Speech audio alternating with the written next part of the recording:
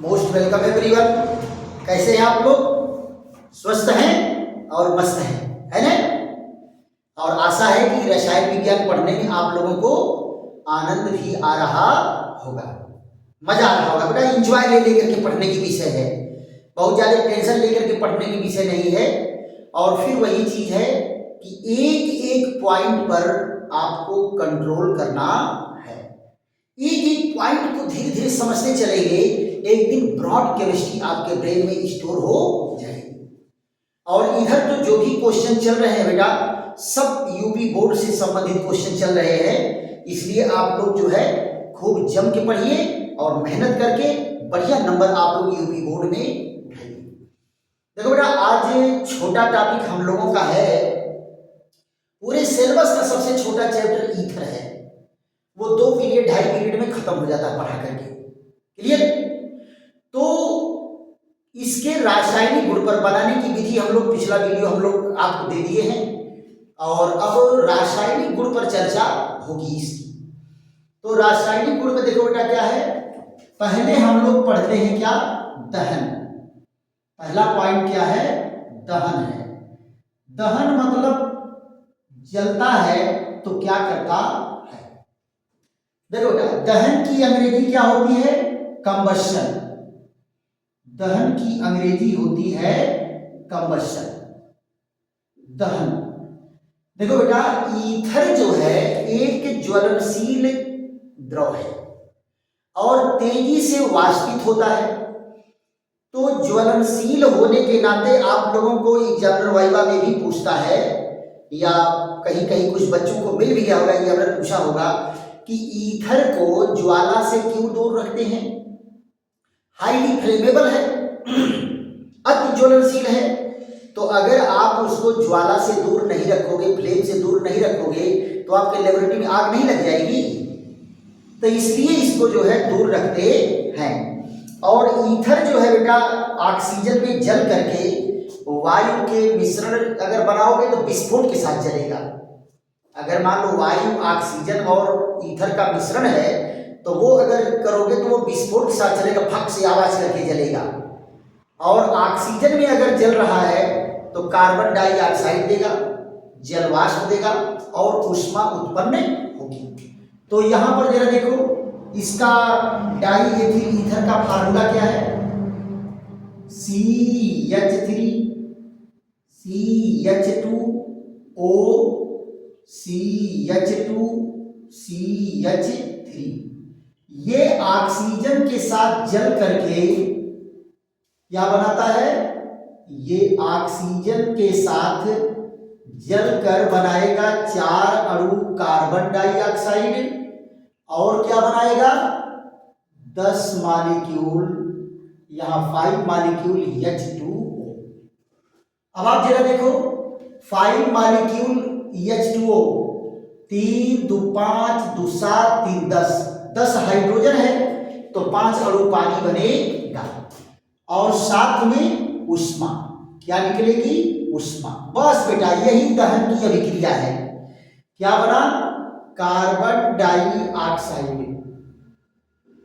और बेटा नाम इनके कॉमन है, अगर आप परीक्षा में नाम भी नहीं लिख रहे हो तो एग्जामिनर इतना होता है वो जान जाता है कार्बन डाइऑक्साइड बन रहा है नहीं? तो ये हो चिंता लेने की जरूरत नहीं है। इसका नाम क्या है? Die ethyl ether. Die ethyl ether बन करके तैयार हुआ। अच्छा बताओ, ऑक्सीजन कितना यूज में आया है? ये देखो, 4 दूनी 8, यानी 4 अणु ऑक्सीजन यहां है, और यहां 2 अणु ऑक्सीजन यहां, एक तो ऑक्सीजन पहले से है। तो यहां देखो 4 दूनी 8 और 5 13 हो गया, और 13 में से 1 घटा दो तो कितना हमको जोड़ना है? 10। 5 मॉलिक्यूल ऑक्सीजन भाग लेगा। क्लियर? इसके बाद जो है एक बहुत ही बेहतरीन टॉपिक है, वो है ऑक्सोनियम लवण का बनना। यहां जरा ध्यान दो बेटा, ऑक्सोनियम लवण का बनना। ऑक्सोनियम लवण का बनना। ऑक्सोनियम लवण कैसे बनता है बेटा? आप जरा ध्यान दो, ईथर के अणु में ऑक्सीजन पर 2 जोड़ा लोन पेयर इलेक्ट्रॉन होता है। ये ऑक्सीजन पर क्या है, 2 जोड़ा लोन पेयर इलेक्ट्रॉन। ये एक जोड़ा लोन पेयर इलेक्ट्रॉन ये अम्ल से जब क्रिया करेगा तो H पॉजिटिव लेकर के ऑक्सोनियम आयन बनाएगा और उस ऑक्सोनियम आयन का क्या बनेगा, लवण बनेगा। अब जरा ध्यान दो, मान लो H2SO4 से क्रिया किया तो क्या करेगा, एक H पॉजिटिव लेकर के ये बना देगा ऑक्सोनियम आयन। यहां जरा ध्यान दो, C2H5 ये क्या बना दिया, ऑक्सोनियम आयन। और उसके बाद क्या है, HSO4 निगेटिव और ये इसके साथ बना देगा ये। तो ये क्या है, die ethyl oxonium hydrogen sulphate बना। तो इस तरह से बेटा ये अम्लों के साथ क्रिया करके क्या बनाएगा, ऑक्सोनियम लवण बनाएगा। दूसरी चीज क्या है, लुईस अम्ल के साथ, किसके साथ, लुईस अम्ल के साथ, लुईस अम्ल के साथ क्या बनाएगा, योगात्मक उत्पाद बनाता है। लुईस अम्ल कौन है बेटा, आप जरा याद करो लुईस अम्ल सिद्धांत। लुईस अम्ल क्षार सिद्धांत में बताया गया था कि एक जोड़ा इलेक्ट्रॉन देने वाला क्षार और एक जोड़ा इलेक्ट्रॉन लेने वाला अम्ल। तो जो एक जोड़ा इलेक्ट्रॉन ग्रहण करने वाला लुईस अम्ल है, ये लुईस अम्ल से क्रिया करके क्या करेगा, योगात्मक यौगिक बनाएगा। जरा देखो यहां पर ये C2H5 ये O है, तो एक जोड़ा इलेक्ट्रॉन इसके पास है। और यहां देखो BF3 ये एक जोड़ा इलेक्ट्रॉन लेने वाला है। ये कौन है, लुईस एसिड है। और ये कौन है, ये लुईस बेस है। ये एक जोड़ा इलेक्ट्रॉन देने वाला और ये एक जोड़ा इलेक्ट्रॉन लेने वाला, और ये दोनों मिल करके क्या बनाएंगे, योगात्मक यौगिक बनाएंगे। ऐसे देखो C2H5 और C2H5 यहां क्या बनाएगा, BF3। ये देखो तो योगात्मक यौगिक बनाया कि नहीं बनाया, योगात्मक यौगिक बना। ऐसे ही यहां पर देख लो बेटा ग्रिग्नार्ड अभिकर्मक है। कौन है, ग्रिग्नार्ड अभिकर्मक। ये भी जो है लुईस अम्ल की तरह व्यवहार करता है। कैसा व्यवहार करेगा, लुईस अम्ल की तरह से। तो इसके पास जो है 2 जोड़ा इलेक्ट्रॉन ग्रहण करने की जगह है। किसके पास, मैग्नीशियम के पास। तो एक जोड़ा इलेक्ट्रॉन इधर से देगा और एक जोड़ा इलेक्ट्रॉन इधर से देगा। ये देखो एक जोड़ा इलेक्ट्रॉन इधर से देगा तो ये भी क्या बनाएगा, योगात्मक यौगिक बनाएगा। यहां देखिए योगात्मक यौगिक। ये देखो ये यहां से एक एक जोड़ा इलेक्ट्रॉन लेकर के उपसह संयोजक बंध द्वारा जुड़ता है। किसके द्वारा जुड़ता है, उपसह संयोजक बंध द्वारा। और ये देता क्या है, योगात्मक उत्पाद देता है। क्लियर। तो ये क्या है, अम्ल से क्रिया करके ऑक्सोनियम लवण बनाया और लुईस अम्लों के साथ क्रिया करके योगात्मक उत्पाद देता है। क्लियर बेटा, इसको फट से आप नोट करो तो नोट करो, फिर आगे रिएक्शन पर चर्चा करते हैं।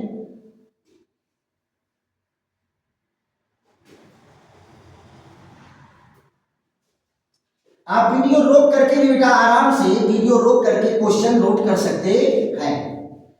और इसके बाद हमारी आपकी चर्चा चलेगी ईथरों का जल अपघटन। तो तनु सल्फ्यूरिक अम्ल अगर है तो इसका इजिली जो है तनु सल्फ्यूरिक अम्ल की उपस्थिति में उच्च ताप और उच्च दाब पर जल अपघटन होता है और एल्कोहल के 2 अणु देते हैं। अगर वहीं सांद्र सल्फ्यूरिक अम्ल के साथ अगर गर्म करेंगे तो फिर ये एथिल हाइड्रोजन सल्फेट बनाएगा। क्या बनाएगा? Ethyl hydrogen sulphate. तो देख लेते हैं बेटा, इसमें तीसरा रिएक्शन क्या है? जल अपघटन। जल अपघटन, देखो जल अपघटन क्या होता है? जल के अणुओं की सहायता से किसी अणु का टूटना जल अपघटन कहलाता है, जिसकी अंग्रेजी होती है हाइड्रोलिसिस। क्या होती है बेटा? अंग्रेजी क्या होती है? हाइड्रोलिसिस। तो जरा इनका कंडीशन देखो तो किस किस कंडीशन में ये होती है क्रिया।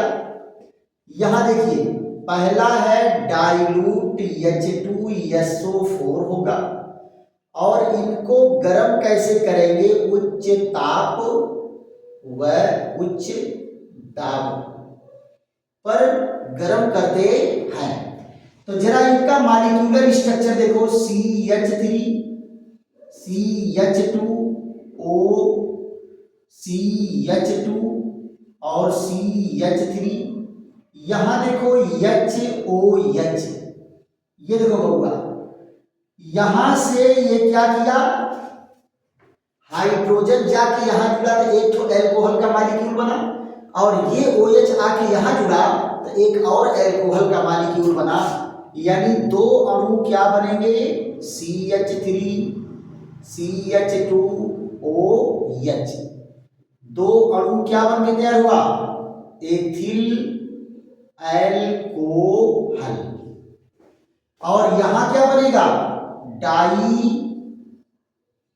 Ethyl ether. Die ethyl ether. तो ये तो जल अपघटन हो गया। चौथे पॉइंट में जरा देखो क्या कहा है? सांद्र H2SO4 से क्रिया। सांद्र H2SO4 से क्रिया। अब जरा ध्यान दो, अगर डाई एथिल ईथर की क्रिया करा रहे हैं किससे? सांद्र H2SO4 से। तो यहां देखिए CH3 CH2O CH2 CH3। और यहां जरा देखो 2 मॉलिक्यूल सांद्र H2SO4 है, इसके साथ क्या करते हैं? गर्म करते हैं। तो क्या बनेगा? यहां से बनेगा क्या? 2 मॉलिक्यूल, ये देखो 2 मॉलिक्यूल C2H5HSO4 और यहां जरा देखो H2O। ये क्या बना? ये है ethyl hydrogen sulphate. Ethyl hydrogen sulphate. फिर यहां देखो क्या है? Die ethyl ether. ये तो बेटा फार्मूला लिखते लिखते आपको याद हो जाएगा। क्लियर? फिर उसके बाद आ जाती है चर्चा किस पर? ये आ जाएगा हाइड्रो आयोडिक अम्ल से क्रिया। HI से क्रिया। HI से क्रिया। देखो बेटा, HI से क्रिया होता है तो 2 तरह से होता है। एक तो गर्म कंडीशन में और दूसरा क्या है? ठंडे में। तो अगर मान लो गर्म ठंडे विलयन में पहला क्या है? ठंडे में क्रिया अगर करेगा तो क्या बनाएगा? ठंडे में क्रिया करके ये बनाता है, ये हाइड्रो आयोडिक अम्ल से क्रिया करके बनाएगा क्या, एथिल आयोडाइड और एथिल एल्कोहल। ये विलियर बिना सांद्र होता है, जरा ध्यान दो। पहला क्या है, ठंडे में, ये देखो डाई एथिल ईथर ठंडे में क्रिया करके क्या बनाएगा, CH3 CH2O CH2 CH3, ये है die ethyl ether. Die ethyl ether ये क्रिया कर रहा है किससे, HI से। किसमें, कंडीशन है ठंडा, ठंडा है और कैसा है ये, सांद्र। तो आप जरा देखो, इसका H इसके साथ आकर के क्या बनाया, अल्कोहल, और ये जाकर के इसके साथ जुड़ गया CH3 CH2I, और ये क्या बना, CH3 CH2OH। ये देखो ये क्या है, एथिल आयोडाइड, और यहां क्या है, ये एथिल एल्कोहल, एथिल एल्कोहल बना। तो जब ठंडे में क्रिया हुआ तो एक मॉलिक्यूल क्या बना, एथिल आयोडाइड, और एक मॉलिक्यूल क्या बना, एथिल एल्कोहल, राइट। अब अगर यही कंडीशन गर्म हो जाए, दूसरा कंडीशन क्या है, गर्म करने पर, अगर गर्म करोगे तो क्या होगा, आप देखो यही अगर गर्म करेंगे तो अभिक्रिया एक स्टेप और जाएगी, तो एक स्टेप और जाएगी तो क्या होगा, जरा ध्यान दो, ये CH3 CH2O और CH2 CH3, यहां देखिए HI कैसा है बेटा, सांद्र, और यहां पर अब की बार कंडीशन क्या है, गर्म करने पर। तो आप जरा देखो, पहला स्टेप का अभिक्रिया तो सेम है, यहां पर बना CH3 CH2I एथिल आयोडाइड बना, और यहां CH3 CH2 और क्या बना, OH। ये देखो ये है एथिल आयोडाइड जो ऊपर बना है, और ये है एथिल एल्कोहल, क्या बना, एथिल एल्कोहल। लेकिन एथिल एल्कोहल फिर जो है क्रिया करेगा अगले स्टेप में, तो क्या बना देगा, HI। यहां जरा देखो HI, तो फिर यहां से क्या आया, CH3 CH2 और I, और ये क्या है, H2O। यानी सांद्र से अगर गर्म कंडीशन में क्रिया करेगा तो एथिल आयोडाइड ही बनेगा, क्या बनेगा, एथिल आयोडाइड। तो हाइड्रो आयोडिक अम्ल से क्रिया इसकी क्या है, दो कंडीशन में, एक तो ठंडे में और दूसरा गर्म में क्रिया करके ये अभिक्रिया देता है, राइट।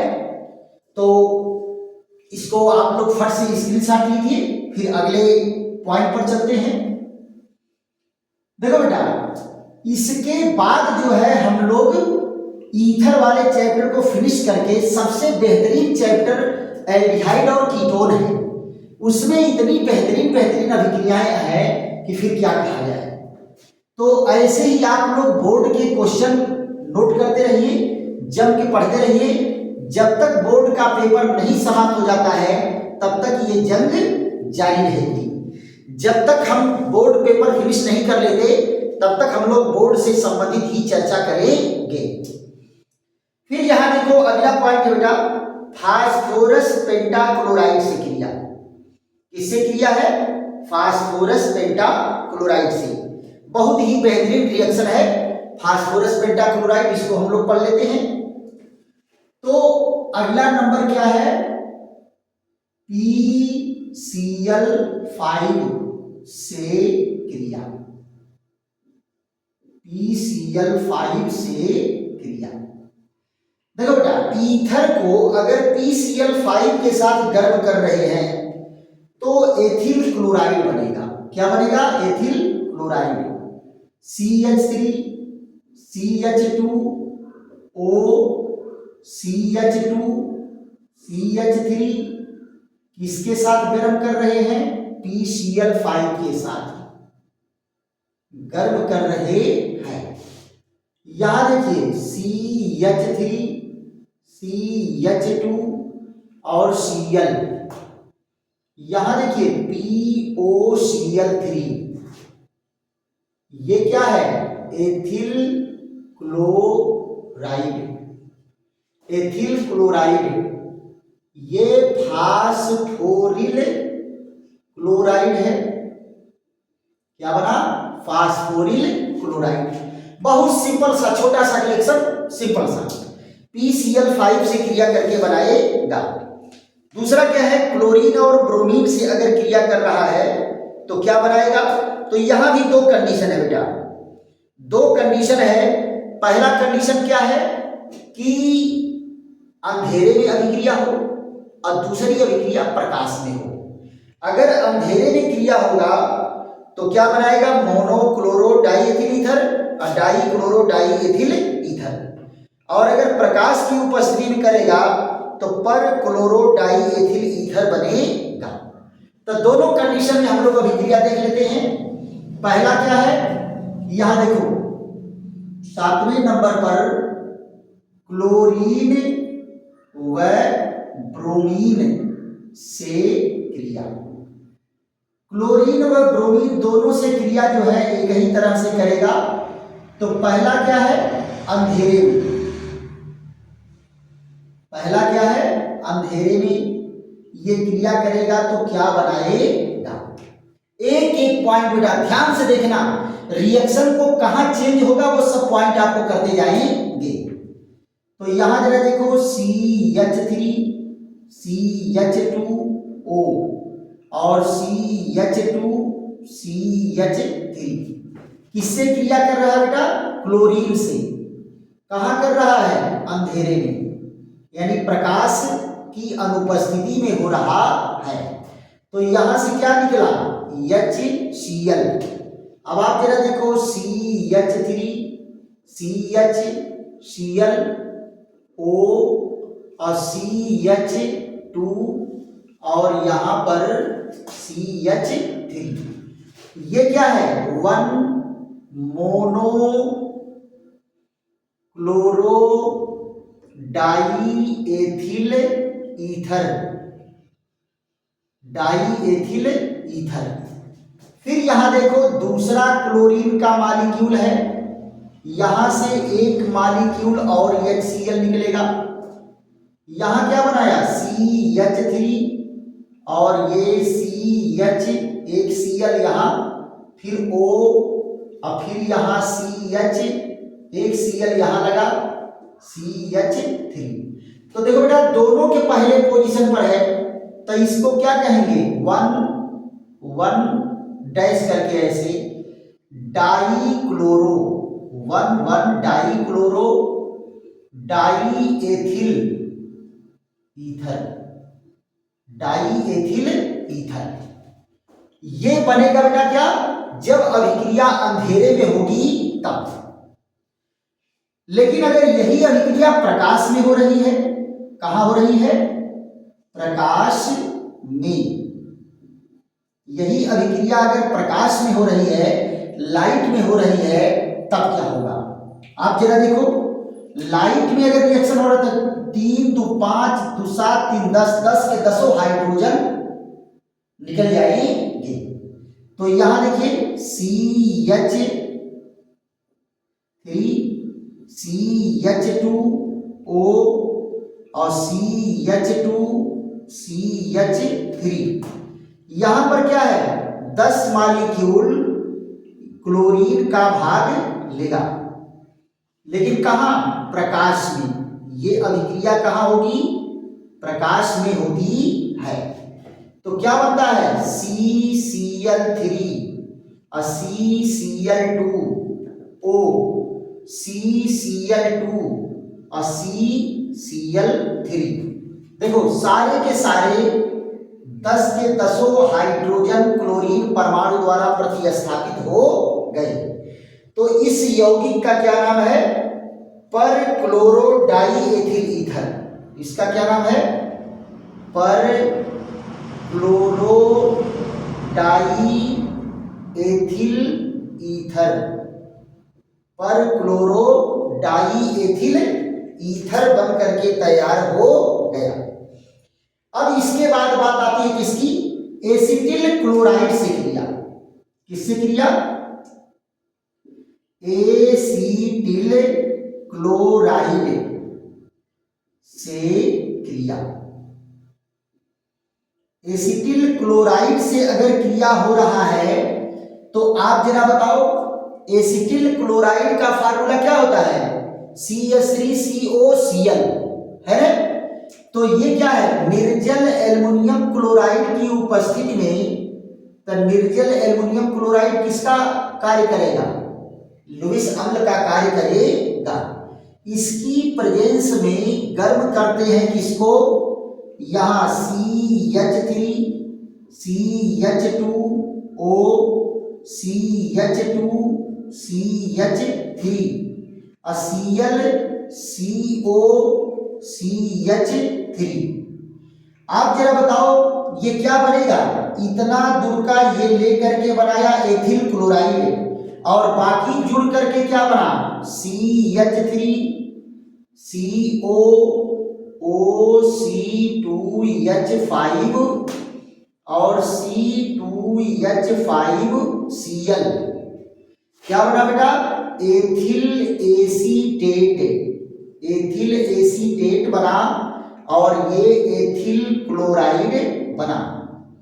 एथिल एसीटेट और एथिल क्लोराइड ये क्या है? आयन एस्टर। एक एस्टर का फॉर्मेशन हुआ, एक मॉलिक्यूल एस्टर बना। फिर उसके बाद क्या है? एसिटिक अनहाइड्राइड से क्रिया। एसिटिक अनहाइड्राइड से क्रिया होगा तो बेटा जरा इसको देख लो। इस रिएक्शन को कराने के बाद यही विश्राम देंगे वीडियो को, और उसके बाद अगले वीडियो में छोटा सा इसी चैप्टर से छोटा सा वीडियो बनेगा जिसमें हम लोग जो है 15 मिनट 20 मिनट का रहेगा, उसमें चैप्टर फिनिश हो जाएगा। तो अगला हम लोगों का क्या है? एसिटिक अनहाइड्राइड से क्रिया। एसिटिक अनहाइड्राइड मतलब क्या होता है बेटा? एसिटिक अम्ल के दो अणु में से, एसिटिक अम्ल के दो अणु में से एक अणु पानी अगर निकल जाए तो वो अनहाइड्राइड फॉर्म में आ जाता है। तो एसिटिक अनहाइड्राइड से क्रिया कराएंगे, लेकिन कंडीशन क्या है? In presence of zinc chloride. निर्जल जिंक क्लोराइड की उपस्थिति में ये अभिक्रिया होती है। तो निर्जल जिंक क्लोराइड के साथ जब गर्म करेंगे तो जरा देखो कैसे होगा। यहां पर ये जो भी नंबर हो इसको क्या कहेंगे? Acetic anhydride.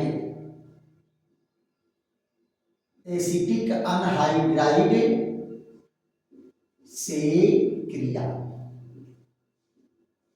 एसिटिक अनहाइड्राइड से क्रिया। आप जरा देखो कंडीशन क्या यहां दिया है? ये जिंक क्लोराइड की उपस्थिति में, जिंक क्लोराइड की उपस्थिति में गर्म करने पर, तो यहां देखिए क्या है? CH3 CH2O CH2 CH, ये CH3 और COO COCH3। ये देखो बेटा कौन है? ये डाई एथिल ईथर है। कौन है? Die ethyl ether. और ये क्या है? Acetic anhydride. एसिटिक अनहाइड्राइड है। आप जरा देखो इस कंडीशन में क्या होगा?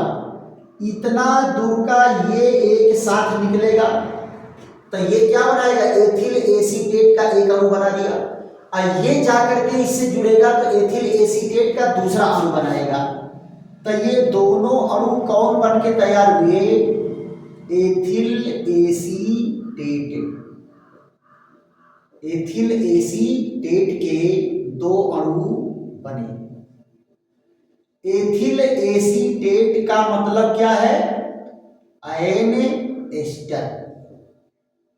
आयन एस्टर बन करके तैयार हुआ। तो आशा है कि ये वीडियो आप लोगों को बेहतरीन ढंग से समझ में आया होगा। और ये सारा वीडियो बेटा आप डायरी में रिएक्शन नोट कर करके 2 बार 3 बार 4 बार पढ़ करके खूब जम के तैयार करिए, जिससे कि अगर बोर्ड में क्वेश्चन आ रहा है तो ये मिस नहीं होना चाहिए। चलिए, ऐसे ही बेहतरीन वीडियो के साथ फिर हमारी आपकी मुलाकात होगी। और अगर अच्छा लग रहा है तो लाइक करो, शेयर करो, सब्सक्राइब करो, दोस्तों मित्रों को बताओ कि चलो भैया जम के केमिस्ट्री पढ़ाई जा रही है। कहाँ? राधेश्याम केमिस्ट्री वाले, है ना?